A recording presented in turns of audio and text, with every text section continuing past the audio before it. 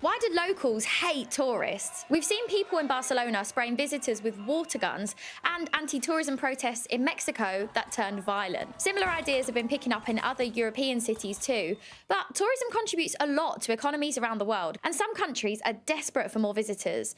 So what's going on, and why is this backlash growing? It's not surprising Barcelona had major protests. 15 million people visited the city last year. That number is almost 10 times its population, and they were greeted by this.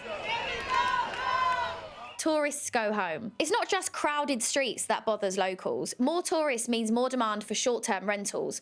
Online short-term letting companies like Airbnb have taken over the market too, with people able to charge whatever they want without any regulation. And the housing that is left gets pricey. The cost of an average rental in Barcelona has doubled over the last decade. The average monthly rent there costs €1,500, and the average monthly income is also €1,500. So it's just not feasible. And having that many extra people puts a huge strain on local resources too. Simon went to Mallorca recently to see the impact. So many people means so much more traffic on the road. It means problems with water. It means problems with power. It means problems with waste. What do you mean by the water and power? We go on holiday. We might want a shower in the morning. We want a shower in the evening. We want to drink water. So we want to use the toilet. Spain is a hot country. It regularly goes through droughts. So yes, there's pressures on the water table. We're buying things from the shop. That creates waste. And then there's just the vibe of a place. If most of the houses near yours turn into an Airbnb, the area loses a sense of community. Local amenities turn into gift shops and local workers into tour guides.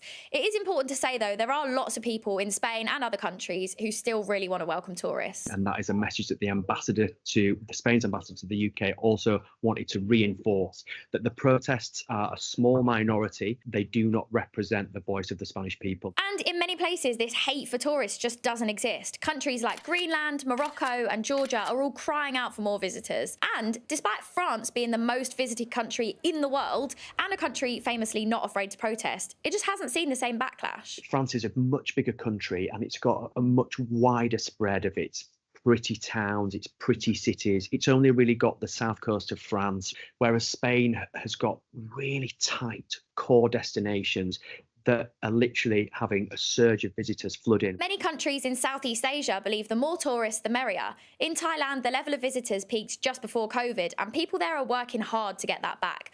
Over-tourism isn't even a debate. The real debate is how the hell do we get them back? We need the money back. Vietnam, frankly, you'd be hard pushed to find a single Vietnamese who would put sustainability of tourism anywhere on their top 30 or 40 list of things to be worried about. Sometimes it's even to the detriment of their own environment. Maya Bay in Thailand had so many people going up and down in boats that the coral got completely destroyed. But it was a rare occasion where officials chose to protect the land over making profit. They shut down the island completely for 3 years to let it recover. So back to the backlash. Why is this an issue now? What's behind this sudden tourist hate in areas which have welcomed them for decades? Well, firstly, more people can afford to travel now. And the COVID-19 pandemic meant that some people were just desperate to get away as soon as they could. But for others, the pandemic had a different impact. For the first time, Spanish people saw their homes without tourists. They saw their beaches without tourists. They could go to local cafes and bars without being covered in tourists. And they started to react to the fact that, does this have to be like this all the time? Do we have to cope with this level of tourism? So we really missed them and they didn't miss us at all. No comment.